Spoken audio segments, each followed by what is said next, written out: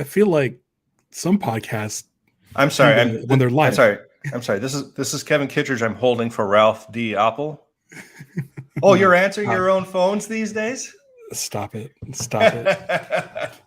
I wish Producer. I wish I had somebody to sort of wrangle in some of this stuff that's been coming across my desk.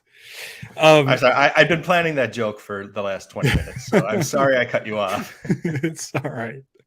I was saying, like, a lot of times when it comes to like these live podcasts, like they tend to show up about a couple minutes late. I'm like, fuck it, let's do it early. Let's do it early. We're both we're both here, right. so yeah, dude. Like, it's.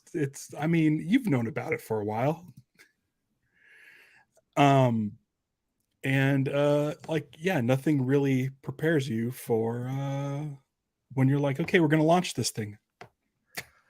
I got to tell you, I Yes. mean, when you told me that Taylor was the guy putting it together, Yeah. that last Blockbuster documentary was not only just entertaining and easy to watch, and everybody, like a whole lot of people saw it, and Yeah. I think you're going to get some really good distribution, and this is going to be a thing.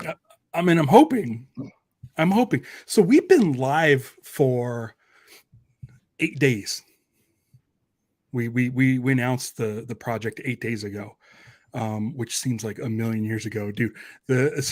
So last week we were in LA shooting, and we had planned on shooting. I think it was like 9 interviews. Like, it was a nice little thing, and then we ended up adding 2 more days to get in 3 more interviews, and we had set to launch on Wednesday, and like Wednesday was a big shoot day for us. Like, two very high profile lost people, and then a high profile fan, and we were just exhausted. And so we ended up, like, I was like coming up with the artwork for the launch on Wednesday, or it was Tuesday night, and we're like getting everything set up, and Taylor was doing the press release for the Wednesday morning. But yeah, that Tuesday was a big shoot day for us.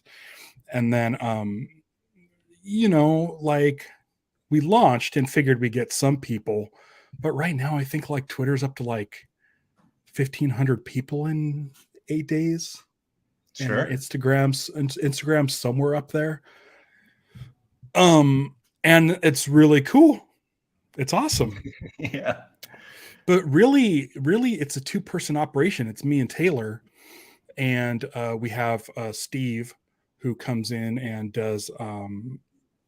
He's a camera operator, helps set up. Like, he's also like a DP with Taylor, setting up lights, and he's a grip, and he's got equipment and all of this stuff. But for the most part, when it comes to shit like online stuff, it's me and Taylor.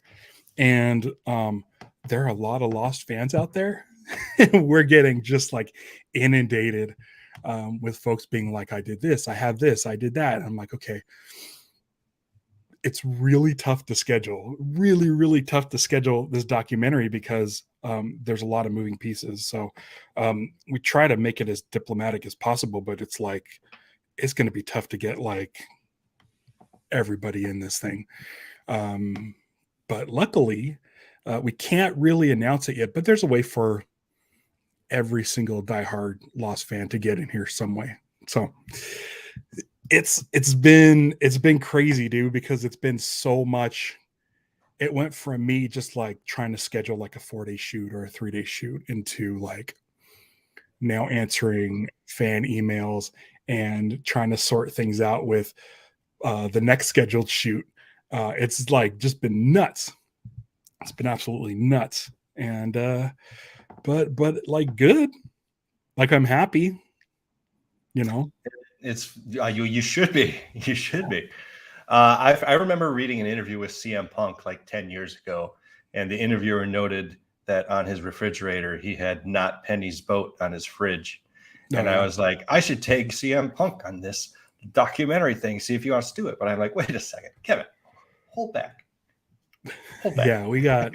I mean, if we are planning on doing. We've done 2 LA shoots. We're planning a 3rd one right now. We are planning a Hawaii shoot, and what we're calling an East Coast shoot, which is we're gonna go to New York and hopefully get everyone that has agreed to be in the movie who's on the East Coast to come to New York. Wow, that's a big Hopefully. ask. But I mean, most of the people we have are actually in New York, but like friends, Jay and Jack, who are in like North Carolina, Okay, they'd probably be willing to come down to New York for this. And I think so. so we'll see how the East Coast trip turns out, if it's just a New York trip or not. But I mean, I mean, I haven't put anything into this except for gas for the car. It's all coming out of Taylor's pocket as of right now. So it's one of those things where like we have to do everything as concise as possible to get the best bang for his buck. And so like, doing 12 interviews in 4 days is really good. That's worth a trip from Oregon down to Los Angeles. So going to New York might be a little bit bigger of a hassle, because now I'm flying out there, and we got to make sure that we have a schedule that's like strong enough to fill that. But also, I mean, it's like he's got so much on his plate. We've done 20 interviews so far, and he's currently working on like a sizzle reel. Like we need, like, so that we can get sort of look for backers and also look for higher profile interviewees. Sure. And it's like, it's weird, dude, because like we started shooting in December. I think it was December 12th or 11th. On December 10th, I was like, what the fuck am I doing? Like, I don't know what I'm doing. Like I've scheduled times for people, and we're going to show up and shoot them. I don't have to do anything. I found out I had to do the clapperboard, which is to me nerve wracking, because it's like, hey, here's this guy that I know from this thing, and I'm just a dude who has no idea what he's doing. Here, let me stick this piece of board in your face and make it make a loud noise, and I get nervous about that. But I've slowly become like cool with that. But Yeah, I mean, if they're actors, it's happened to them before. So they all say that. And I always preface it with, I get the clapperboard. I said, my apologies. I'm not used to doing this, and I feel bad. I don't like putting stuff in your face. And they're like, and then usually what happens? Oh yeah, we had someone who asked for soft sticks, and I had to ask Taylor what that meant. And what was funny is, the clapperboard that Taylor got is like one of the cheapest you can get, because he's like, it doesn't matter. It's the purpose is it makes a sound that you can right. see. Yeah. So he got like an expensive one, and someone asked for soft sticks. And I looked at Taylor and Steve, and they're, yeah, just do it kind of quietly. I'm like, okay. But as I was holding the clapper, it's got a squeak on the joint. I was like, in their face. And I said, sorry about that. And then clocked it. But the thing is, it's like as soon as we started doing that first shoot, there was a point where, like, cause scheduling this stuff is tough. Like getting like 9 people in a specific time slot in like a 3-day target is like kind of tough. And the night before we were supposed to do our big day, well, first of all, earlier in the week, one of our guys, our interviewees, they had to cancel because of COVID. And so I'm like already scrambling. And then the other person that we're getting for that day called, their assistant called the night before, like at 8:30 at night, saying that they had to cancel the next morning at 9. And I talked him through it. I said, that's fine. I let him know that we can come back anytime. And through that I said, it's no big deal. Don't worry about it. And through that conversation, they gave me a bigger window. Like they said, okay, like we were going to shoot for like an hour at this person's house, and now we were going to get 2 hours with a half hour at the beginning and a half hour at the end to set up and strike down. So we're getting like a huge chunk of time after that conversation. And I hung up the phone, and my friend Dylan, whose house we're staying at in Los Angeles because it's free, he said, you know what? He said, you're a producer. Like, that conversation went totally smoothly. He said, you didn't make them feel bad. You completely understood, and you were able to pivot and make it a positive on the next time you shoot. And I sat there, I'm like, holy shit, that's cool. I'm a producer. So it took a full 2 days for me to go from, I don't know what, I don't feel like a producer, but okay, here we go, to okay, I feel like a producer. And then the second shoot that we did last week, just I feel like Taylor's happy, and that's all that matters to me because he's directing it. So as long as he's happy, I'm happy. And our last shoot was very, very good. And yeah, he's now has something like 20 hours to cut into a sizzle so we can get more interviews. So it's crazy, dude. It's really crazy. I'm glad that you took that approach. You, as you know, you're a very calm dude. You're a very reasoned fellow, and ideally, as this project gets bigger, the next person that cancels on you, you don't say, "Do you want to be part of this or not?" Because this is going to be a thing, right? Right. I knew as soon as the phone call came in, I was just like, oh, fuck. It's like, but that Tuesday, we were able to fill it with two more interviews. So I felt like that trip wasn't completely wasted, because it would have been a day of nothing. It would have been a day of nothing. And I was able to fill that with two. But it's crazy. I've seen when I was there for the all the interviews, but I've seen some of the shots that have come through, and they're not even like color timed yet. And it looks good. It looks really good. So I'm surprised that you have so many in person. You do have a number of them on Zoom, yes? No, I don't want to. They're all in person. They're all in person. Taylor wants to do it all in person. We do have one of the cast members who lives in Florida, and his wife is a DP, and so we may do that one remotely. There was one interview that we did where Taylor couldn't make it down to Los Angeles, and we had someone coming in from out of town. Joe Garfane from Cancer Gets Lost. She's been announced. She was already flying in, and Taylor couldn't make the trip like the very last minute, like the night before. And so we went to Steve's house. Steve set up his 2 cameras. So I think she has a 2 camera shoot instead of the 3 cameras that we're normally doing. And then we set Taylor up on Zoom to conduct the interview. But for the most part, we were there shooting with our own cameras for that. But for the most part, it's been me and Taylor and Steve. And there's a couple of the 2 extra days we did last week was just me and Taylor. So it's 20. I've been present for 20 interviews in a combined total of 9 days, I think, of shooting. But some days were just like a 1-person shoot. Like Joe was a 1-person shoot. Like that was one day. And then someone else. And it's been funny, dude, like this last trip. So like we talked to a guy, and we haven't announced, but I'm sure people, if you start Googling and shit, we did an interview with him last minute, and I started talking to him about a movie called Men in Black that he was in. And he started talking about that, and then he started talking about Con Air.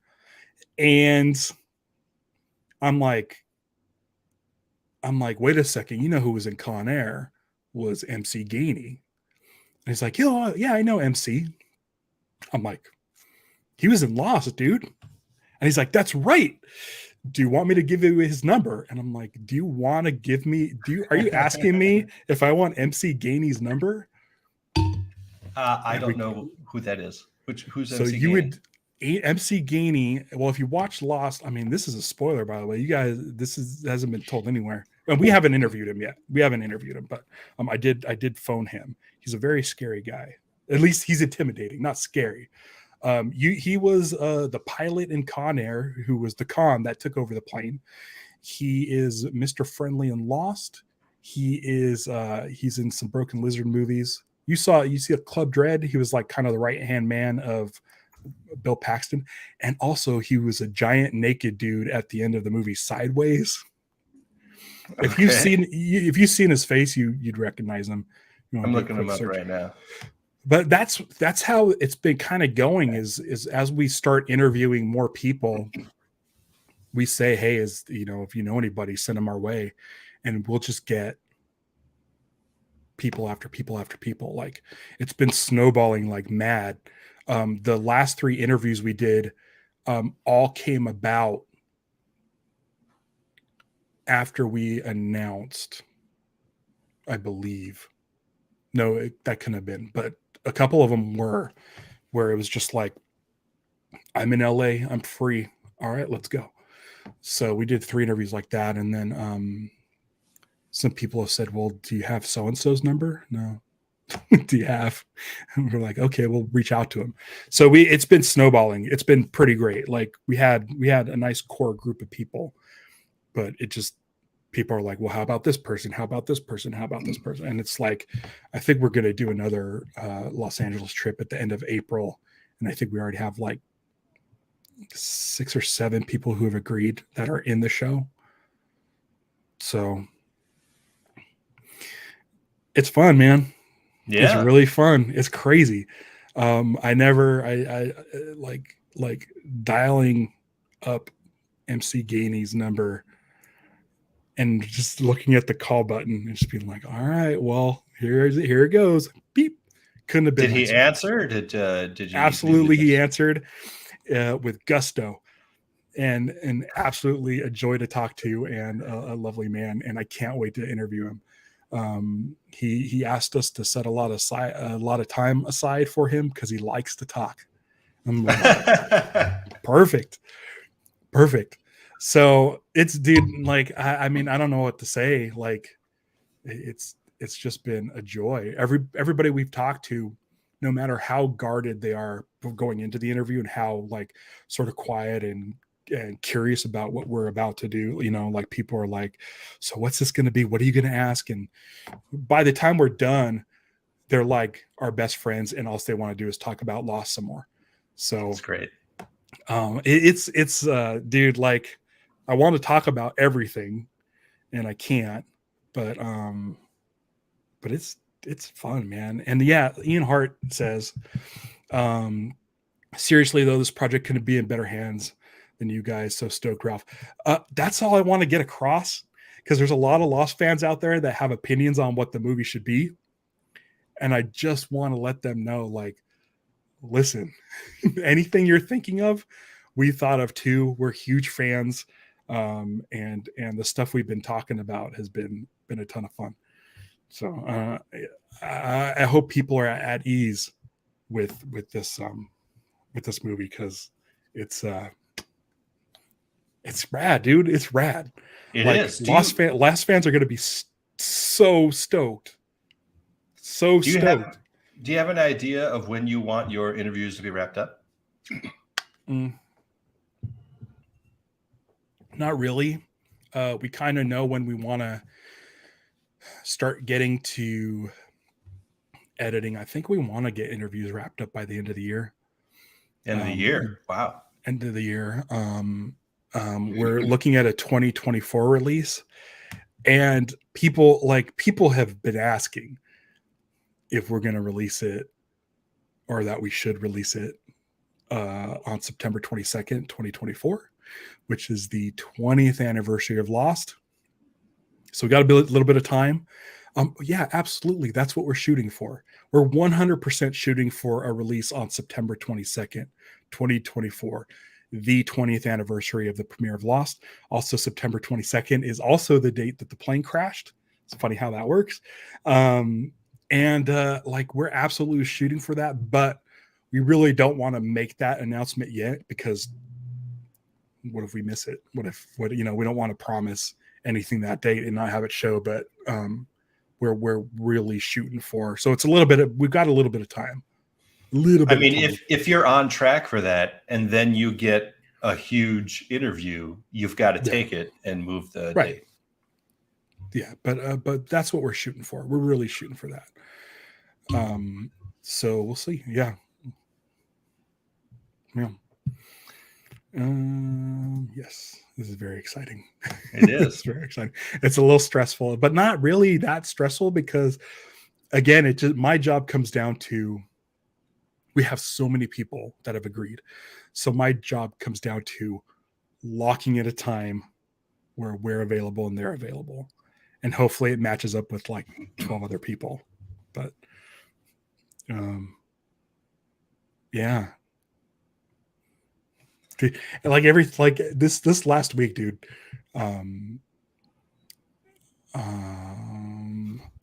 So Fats Rob says, I want a sequence where people say, so they were dead they were dead all in the end. Wait, they were all dead in the end. Yes. And I pie them in the face because they're wrong. 100%. I mean, it's been brought up in every interview, is that they well, I guess in the end they are, but not upon the crash.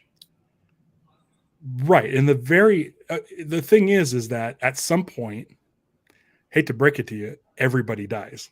Yeah. Really hate to break that. Everybody's going to die.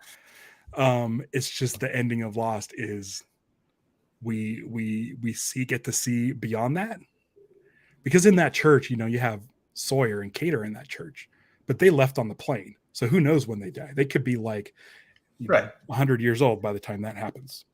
What was it that there was? I don't remember what it wasn't Collider. Maybe it was Collider. One of those articles where they said, and then we'll find out they were all dead in purgatory after all, or something like that. What was? Did you? I feel like you posted that. You re-Instagram the Collider one.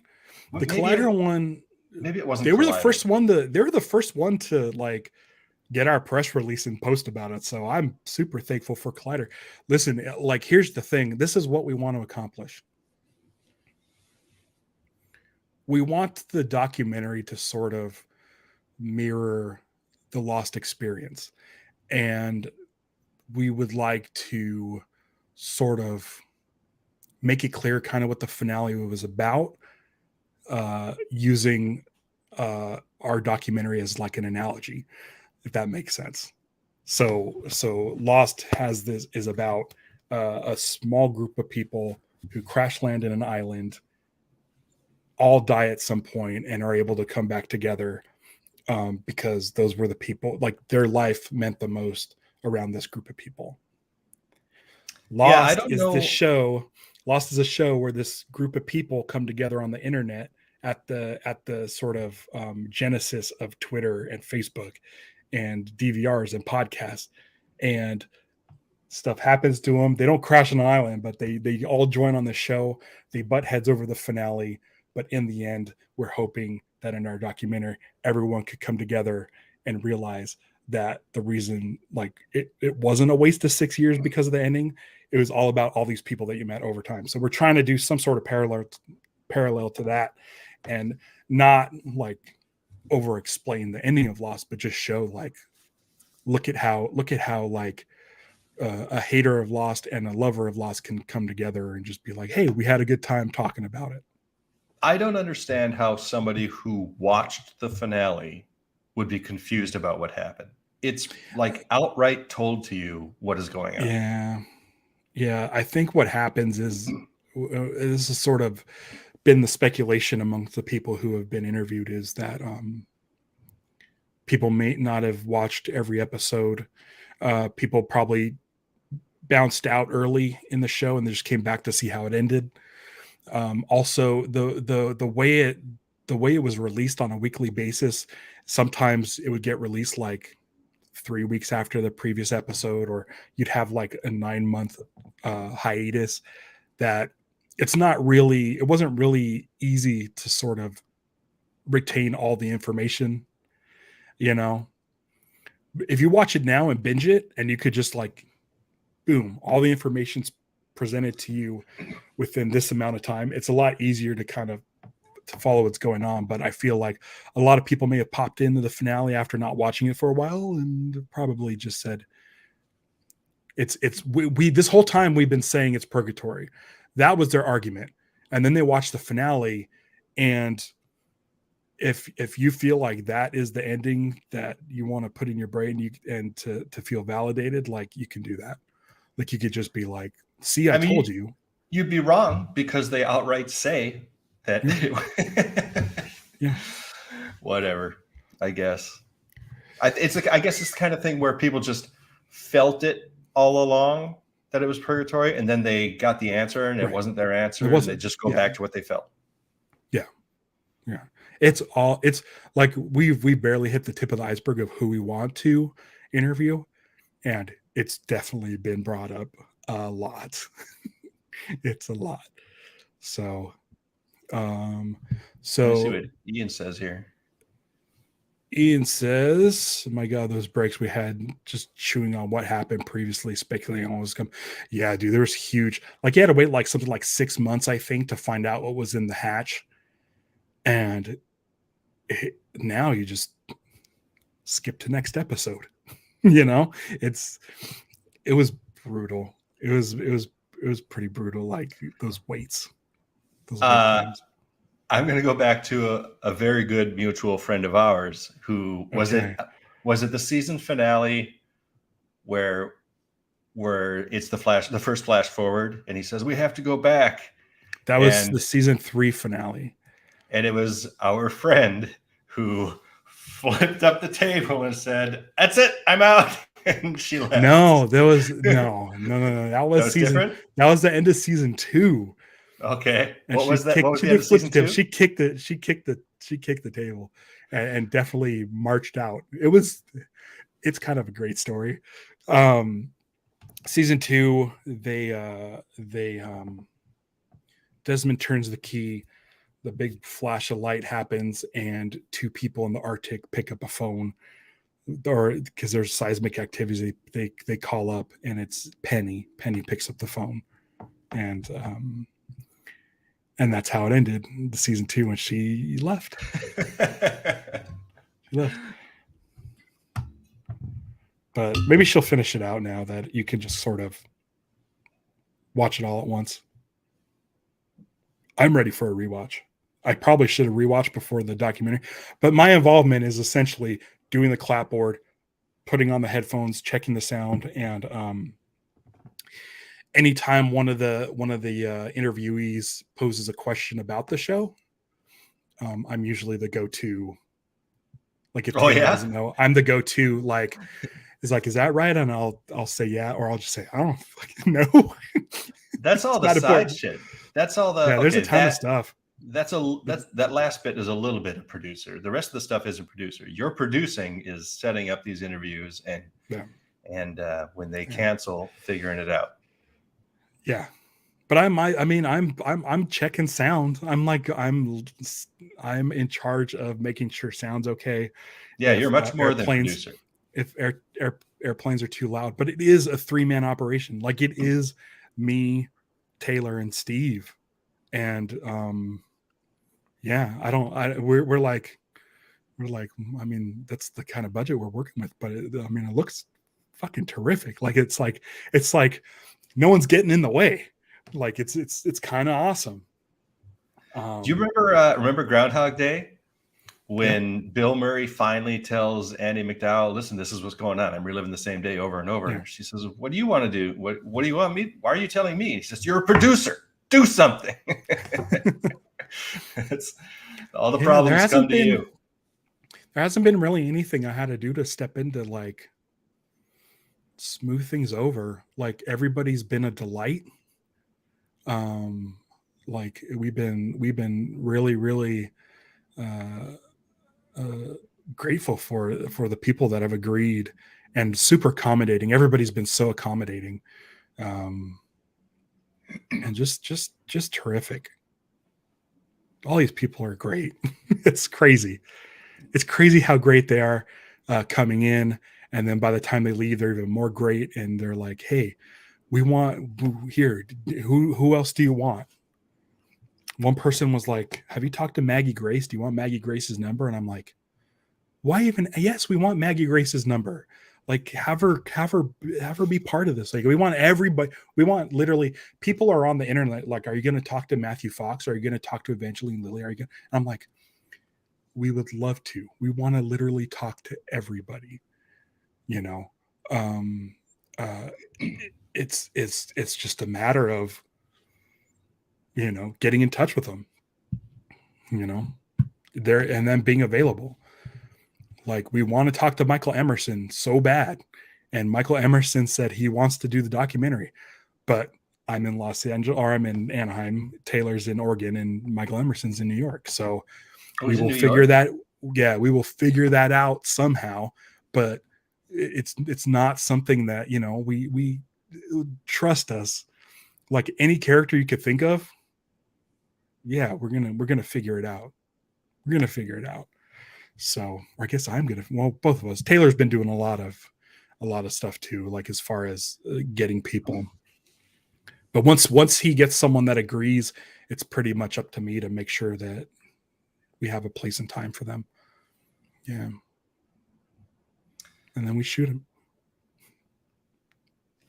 So some of these folks are nice enough that they help carry equipment back to Steve's car. Like, it's just such a fun, like, everyone's so happy about Lost. Like, it's so fun. I think enough time has passed where any sort of kind of sour moments they have, it doesn't matter anymore. I can't wait. I can't wait for the sizzle reel.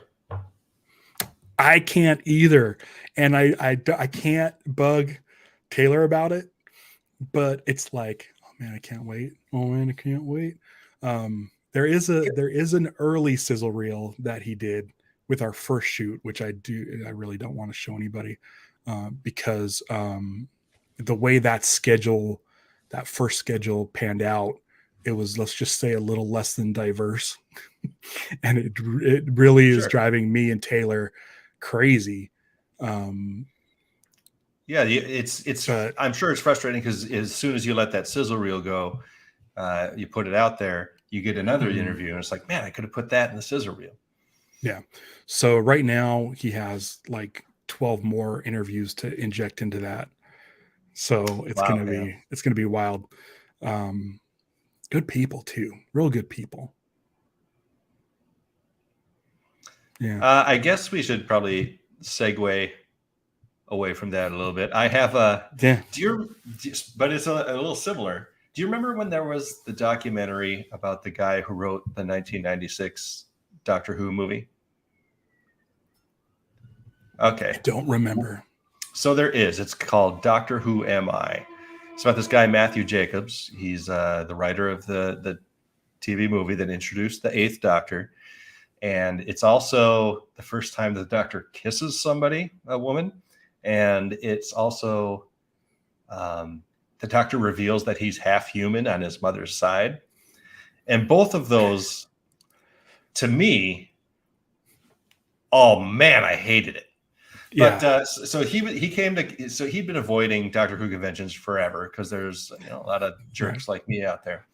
And I was hanging out with Bob. I had plans to hang out with Bob Mitch, our buddy, one day. And he said, hey, so this Matthew Jacobs, he's going to come and interview me and check out my place. This place is filled with Doctor Who stuff. He says, you want to hang out? I was like, yeah, I'll definitely hang out for that. And I didn't know that he was the writer of the movie until like halfway through the shoot. And so he's looking at all this stuff. And then I found out, and I told his co-director, Vanessa, I said, hey, I want to ask Matthew a couple of questions. She says, absolutely. Let's wait. Let's put it on let's do the interview. Let's do it in the movie. And I there's a trailer for it. And I think the bit in the trailer actually they didn't use. I brought up the kiss. I brought up being half human, and Bob and I ripped his ass for like 20 minutes. Christ, And it's cut up into like 2 different little tiny parts, and I'm only in it for like a minute. But it's fun. And then later on, Matthew's just like, he's just talking, he's just floating out ideas, and he says maybe the TARDIS is the Doctor. He says that to Bob, and Bob's like, he's trying to be really diplomatic about it. I was like, I could just see you boiling. He says, you mean at some point the Doctor like regenerates? And and then Matthew says, what do you think, Kevin? I said, Bob, it's okay to tell him he's wrong. The Doctor is not the TARDIS. And that's in there too. The thing is, like, sitting there listening to interviews, like, it's Taylor's movie, and I have no real, like, I don't butt in. I keep quiet and I sit there, and then which is fine. I feel because there's definitely stuff I want to like jump in on, but and I know that at the end, after Taylor's good with his stuff, he'll just look around the room at me and Steven, says, is there anything else? And I might, and that's when I'd like, okay, I'll toss in this one thing. And then Steve never watched Lost. He watched like the pilot episode, and that's it. So he's nothing to, it's been great. Steve sitting there having to listen to everyone say things like polar bear and not knowing what we're talking about. But there was one interview where through the course of it, I noticed that the interviewee hadn't seen the 12-minute epilogue of Lost, which is like a bonus thing on a DVD, but it's canon. And it answers like a good, I don't know, 5 or 6 questions in it. And they never aired it, but you can watch it on this thing. And they didn't know about it. And so we're like, okay, do you want to watch it now? Sure. Grabbed all the cameras. Yeah. Grabbed the camera, cool. Turned around, and they watched it, and we recorded their reaction live. And it was like, it was a crazy moment because this person didn't care for the finale. There's people that we interview that don't like the finale. And I'm not going to speak for them, but it definitely changed their view on the finale, watching the epilogue. Because I could tell while they were interviewing, I'm like, oh, they didn't see it because of this character. And they mentioned this character. They mentioned polar bears. They mentioned this. And I'm like, all of that stuff's answered in that epilogue. So that was a fun moment, is stuff like that. And I think I butt in. Go ahead. I was just saying I butt in, and it actually like turned out to be something cool. So yeah, it's kind of fun. Like I've learned my place, like where I should be and not be too present with Taylor's film. But I do like that it gives us an opportunity to sort of like give our 2 cents and be like, how about this? And then a lot of times we'll get, a good couple stories out of it. So yeah, it's been a joy. That's been a joy. It's funny because I remember I lent you that book about a lot of behind the scenes stuff about Lost, and yeah, my boss at the time had a bunch of the editors and colorists autograph it for me, which was very nice. It was a little weird. It's like I'm just doing my job as a dailies coordinator. But one of the colorists, he was a colorist. One of the colorists wrote, "You would be a great something on the island," and I'm like, what does this mean? What are you talking about? And he brought me into the room where he was color timing that scene, and we watched it. And I was like, well, that's cool. But back to Matthew Jacob. I might have to get that book from you again, by the way, if you still have it. Shit, man. I don't know. I'll look. Okay. If you come across it, let me know. I'd like to borrow it. But if not, that's fine. I don't know if I have it anymore, but I will look. Okay. Oh yeah, Matthew's movie is called Doctor Who Am I? It is pre-sale on like iTunes right now. I think it's pre-sale out there. He's a really nice guy, and we've talked about it. We've hung out like at nerd parties and talked and had a good time. He's super, super sweet. He's got a great journey. Maybe I'll link the trailer to it on here. We are in the trailer. I am in the trailer. but it is having its is having its Los Angeles premiere this Sunday at Oh, cool. where the shit is that? I just retweeted it. Americans, it's on in Los Feliz. I'm gonna look at me real quick. Anyway, I'm going. Are It's you gonna get? You guys gonna get in a American fight over? Cinematheque in Los Feliz. Okay. And so yeah, I'm gonna go. I was like, any chance I have to give shit to Matthew Jacobs, I'm gonna go. But it'll be fun. So that'll be Sunday. That's cool. Yeah. That's cool. So we were doing world building. I was trying to come up with a. Sorry. I was trying to come up with the title. It's harder now when we do them live. Right. Because I have to come up with the title before we do the show. And I'm like, what will we be talking about? Well, I've been making a movie, and Kevin's been working at the new Super Nintendo world. And I was like, oh, there we go, world building. And I was literally looking up yellow pictures of Mario, and the Mario Maker came up, and I'm like, that's it, world building. They're wearing yellow hats that match the color scheme here. Have you seen the color of the new Metallica album? No. It's yellow and black. 72 seasons. Yeah. I'm gonna look it up. It's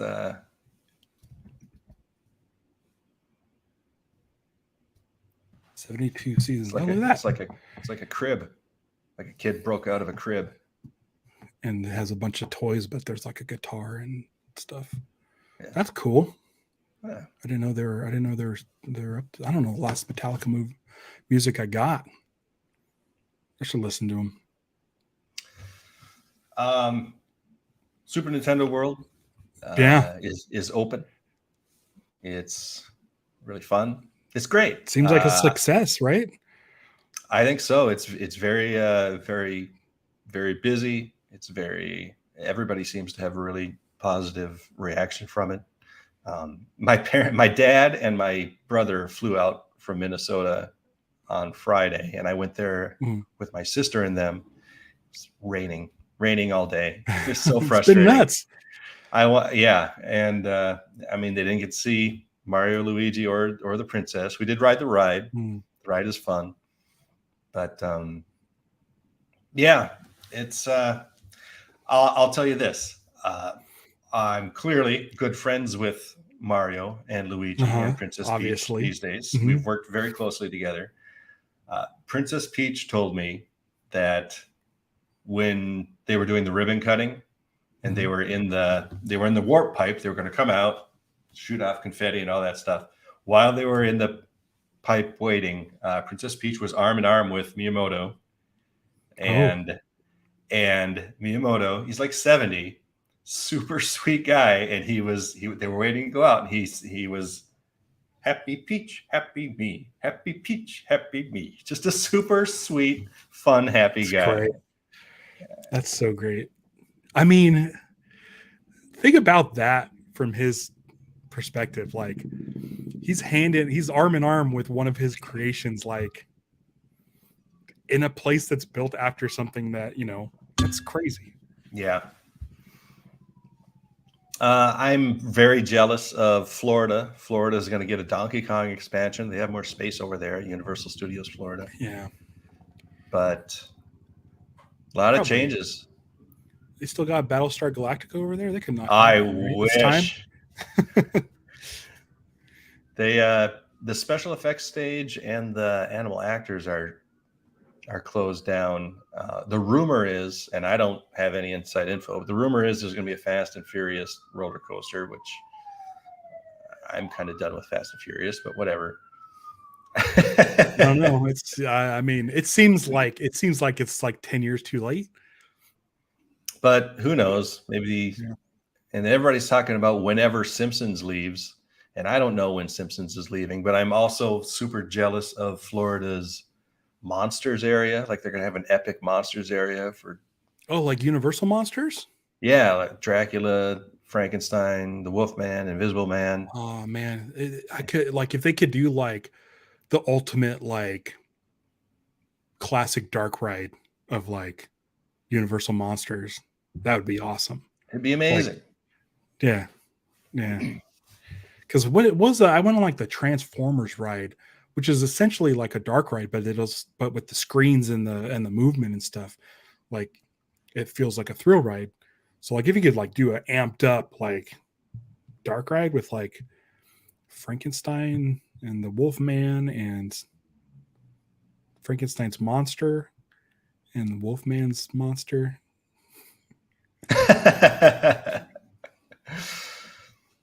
That announcement board is probably for Orlando specific, but I'm guessing we'll follow their suit. When does Fast 10 come out? Fast 10 comes out in like a couple months, like probably May or June or July. Comes out this summer. So I don't know. Hey, I'm gonna go on anything that I'll fit on. I don't know if I could fit on the Mario Kart ride. I think there's You'll fit on. You'll fit on. My dad was on it. He's a hefty dude. Okay, sounds good. But yeah, I don't know. I've been so like anti theme park lately. Just like, I mean, that's right. Didn't everyone you post? Should be able to do their thing and do what makes you happy. But sometimes the sort of entitlement that comes along with being a Disney adult is a little bit much for me, and it's kind of soured me on Disneyland. I'm not sure what you mean. Oh, like, I mean, listen, like, just if you say Splash Mountain on Twitter, people are going to go fucking ape shit because how dare they change something that, has been whatever. I don't know. I'm tired of hearing it. Oh yeah. those reactions are ridiculous. Yeah. Yeah. And it's one of those things where it's like, why would I want to go to the park? Why would I want to go to Disneyland when it's, screaming kids and now screaming adults? We're actually going on Wednesday. We're going to go to Disneyland. Because Rick and Bob, I don't think Bob Mitch, but my buddy Rick has definitely never been on Rise of the Resistance. So I'm like, dude, you got to do it. Do it. You got to do it. And now you can just go stand in line. Yeah. That's another thing is like all the apps to get food and all that stuff. It's like everyone's on their phone, and it's like these guys, like Disney prides themselves on the craftsmanship and the attention to detail, and then they tell everyone to go on their phones. Right. It kind of drives me nuts. Yes, I agree with Robert. I don't think I've ever called him Robert. Rob. It says, yeah, hardcore Disney adults are very cringe. I agree. You know what drives me the most nuts is going on the Haunted Mansion, going in the stretching room. You guys, you're not impressing anybody. The only thing you're doing is there's some kid in here who this is his first time, and you're taking away any sort of the fun and magic of what Disney created by being part of the soundtrack. It makes no sense to me. You're being a bad Disney adult. Bad. Yeah. Bad adult. Don't do that. Yeah. Are these walls actually... Shut up. Shut up. Let people enjoy it. It's guarantee you, it's someone's first time in that room. And that's not what Disney wanted, is a bunch of dorks. And I mean, listen, be happy. Be you. But don't ruin other people's fun. In 2019, my buddy Travis and Fletch and I were on the Haunted Mansion ride with Spider-Man's boss. G. Jonah Jameson? Yeah. The actor who played that? Yeah. J.K. Simmons. There you go. Okay. That's cool. He did not recite the lines. Good job. Actually, that time we also saw Greg Nicotero from the one of the Walking Dead. I saw Howard Berger once at Comic-Con. Which one is he? He's the B in K&B. Nicotero is the N in K&B Studios. Okay. But I saw Howard Berger at Comic-Con, and he was like just walking the floor with this kid, and I said, "I'm so sorry to bother you. You're here, it's hanging out with your family. I literally just want to say that I absolutely love your work, and Evil Dead 2 is one of my favorite movies ever." And he said, "Thank you," and shook hands, and I said, "All right, I'll be seeing you." But I felt like I had to say something, but then acknowledge like I understand this isn't the place for this, but at the same time, when do you get to see the B from K&B Studios? But yeah, you saw the end. That's great. Greg Nicotero came up with the story for From Dusk Till Dawn, Oh which is yeah, one of my, I love that movie. it is fun. It's fun, but I love it. I'm sure you've heard this story, but I saw From Dusk Till Dawn at a test screening at outside the Lakewood Mall.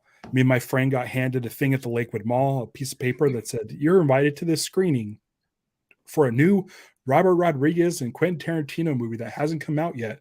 And there was a blurb that said something like, when two bank robbers hijack a family, they try to get to the Mexico border before they get caught. Cool. I'll go. Well, I like Quentin Tarantino and Robert Rodriguez. I'll go see that. Oh, there's no mention of vampires in the blurb. That's funny. No mention. And no mention before the movie. So when the first vampire hits, and I think it's Selma Hayek gets thrown on the floor and her face changes, the place went fucking apeshit. We were all like dumbfounded and confused and yelling and laughing. We're like, what the fuck is happening? Because it doesn't happen for like a good hour and 15 minutes in. What's amazing is you're the only audience, and the other test audiences that got to have that experience, because everybody knew from the commercials that it was vampire. And when I filled out my comment card, I said, please don't tell anyone this is a vampire movie. And of course, that's all they told people. I'm like, you guys fucked up. This was one of my favorite, because you're going in thinking one thing.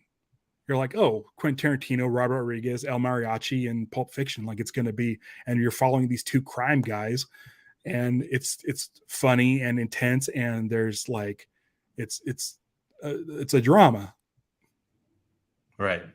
And then all of a sudden, it's not anymore, and that just made me so happy. I like that Fetz is like, and this is coming from a hardcore Star Wars adult. Hey, listen, I do a podcast where I discuss it with my friends, and that's it.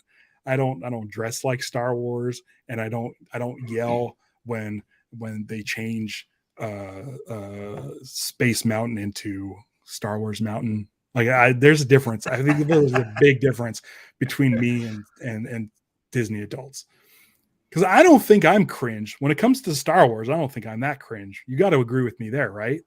I agree with you. Yeah. Right, Fetz? Like you got to agree that I'm not that cringe when it comes to Star Wars. I mean, I have a couple lightsabers. I'll agree to that, but who doesn't? I don't. Who doesn't? But I want them. I don't have any place to put them. Yeah. I have this though. It's the old mini rig, but Bosk is in it. It's not even the same era. It's a different era toy. I mean, I guess I do have this Ewok phone. Jeez. But I mean, but I mean, I don't think that's cringe. I mean, that's a work of art. Look at the colors on that thing. The sculpt is good. Anyway, there's a difference. I think Disney adults take it too seriously. For me, Star Wars is a thing I like to watch. Green Lantern adults, he says. That, on the other hand, listen, the good thing about that is Green Lantern fans aren't everywhere inundating you with like Green Lantern TikToks. Like it's very different. Disney adults and Green Lantern adults are very different people. Are you on TikTok? I have a ton of. Yeah, I have one, but I don't use it. And I created one for the movie, but I don't use it. It's just not. I was fine with Vine, but TikTok's a little more involved, and I'm good. Yeah, I mean, it seems like TikTok is maybe on its way out. Oh, really? Well, because I guess it's like Yeah, government, and it's a big. The theory is that it's a big Chinese spy machine, basically.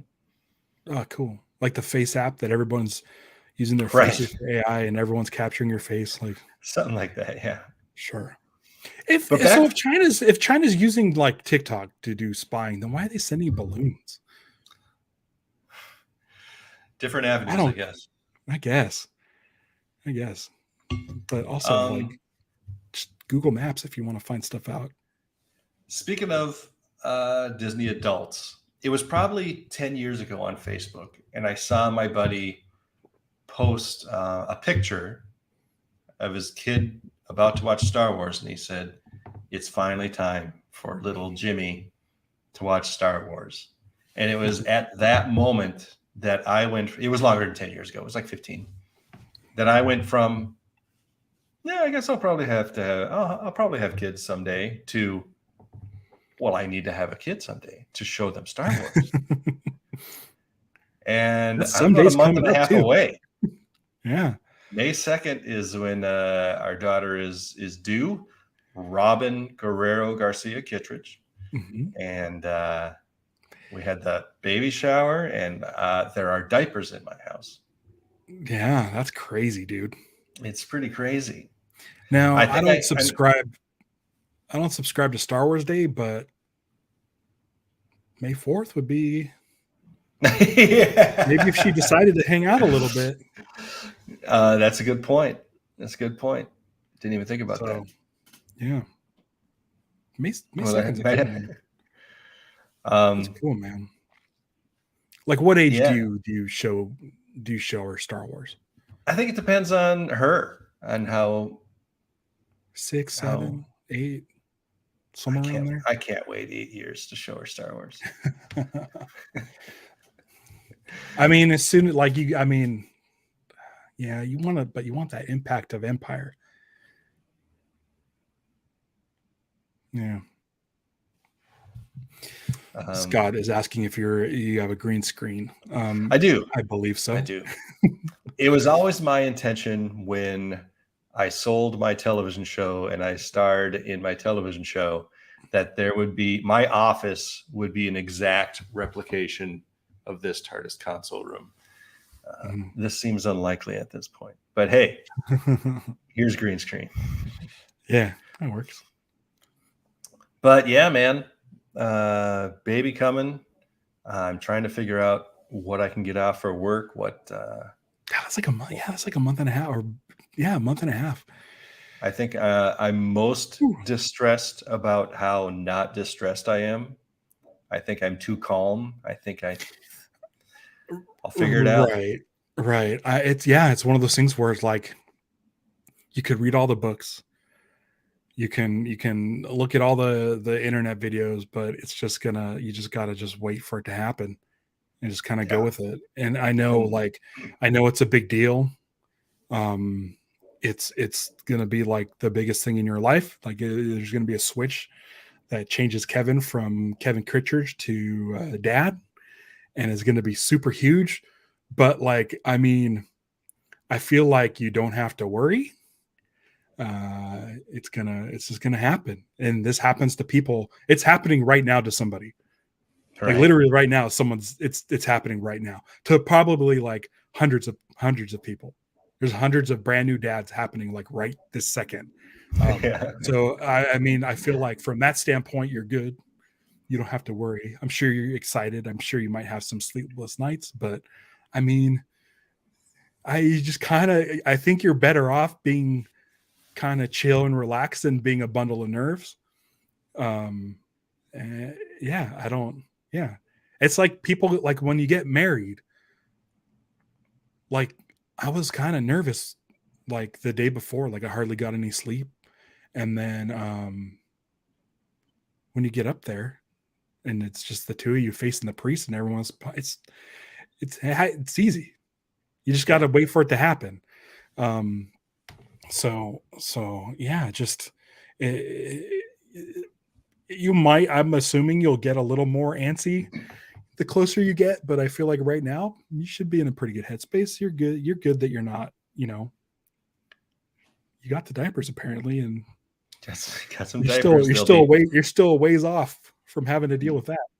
Yeah. So it was funny. I was talking to my dad. We were talking to my dad, and it's like, okay, you're going to be a grandpa. How do you want to be referred? Do you want to be Grandpa Lauren? Do you want to be Pop? What do you want to be? And he's like, I think I'll go with Papa. And I was like, okay. I mean, I was kind of going to be Papa, but that's fine. You can be Papa. Oh yeah. You're right, though. Ian says, Star Wars. That's Wars. just his suggestion. I mean, you don't have to. Oh, he's Papa. He's Papa. But Ian says, yeah, you can't wait too long these days because kids are going to spoil Star Wars. Right. Yeah, that's all right. That's fine. Well, this was a very exciting episode. Yeah, big stuff happening. Big stuff. Yeah. Big stuff we could talk about. I could talk about. It's been nice. It's been nice being able to say stuff out in public. Yeah. Now I don't have to say I'm working on this thing. Now everyone knows what the thing is, and nobody wants to talk to me about it. I'm trying to get podcasters to reach out to me, and so I can like promote it and get it out there. But interesting. I have a couple coming up next week. I have I don't know. I don't remember who it was, but I have recording something on Tuesday. I'm recording a Patreon episode with Mark Vibert, who's in the chat, on Monday about Shazam, which comes out tomorrow, and I'm seeing tomorrow, and I can't wait because I love Shazam.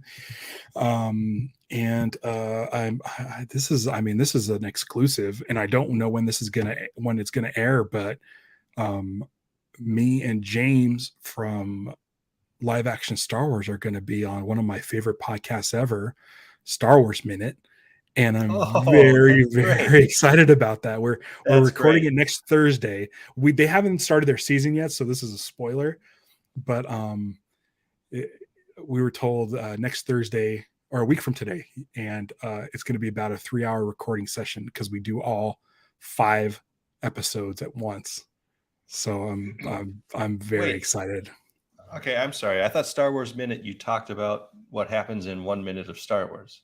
Yes, for a whole week. So we have 5 different minutes to cover on Monday, Tuesday, Wednesday, Thursday, and Friday. So 1 minute, the next minute, the following minute. Okay, so you're going to do 5 minutes. We're going to do 5 minutes of the show, but they're setting aside 3 hours to talk about those 5 minutes. So what are your 5 minutes? I don't know yet. They said they're going to send them soon. Yeah, but it's from Rise of Skywalker, a movie that I will defend, and a lot of people don't. I love it. But I can't. I'm excited, dude. It's so cool. We've had Pete and Alex on our show, and mostly because like I've been trying to not force my way in, but just like put it out there in the world that, man, that would be great to be on that show. So have you reached out to Geekscape? Oh yeah. Okay. We were supposed to interview Jonathan from Geekscape last week for the movie, and then someone else had to do a change, and so we got somebody else. But yeah, here's the thing too. Also, next weekend is WonderCon. Okay. And I'm joining Jonathan on stage for a panel. I don't even know when this is. I don't know what time that's happening. But what's the subject? Is it Lost? It's podcasting. Oh, okay. It's about podcasting, and I mean, my trajectory with podcasting went to the next level because of the movie. The only reason I'm producing this movie is because the director listened to my Lost podcast. Right. Way back in the day. So, but yeah, so I'll be at WonderCon. You guys all know where to find me. It's right here. And then I'll make sure everybody knows when that's happening. But yeah, I'll be on the stage at WonderCon. Back last week on Geekscape, they had an interview with the creator of V because it's the 40-year anniversary. And I don't listen to a lot of podcasts. I don't have the time for it, but I made time for that one. And it was really good. Jonathan's great. Jonathan's been doing it since like 2005, I think. Yeah, I'm not sure if Jonathan was actually interviewing him. Maybe it was someone else. I don't know. It's like Matt Kelly or something.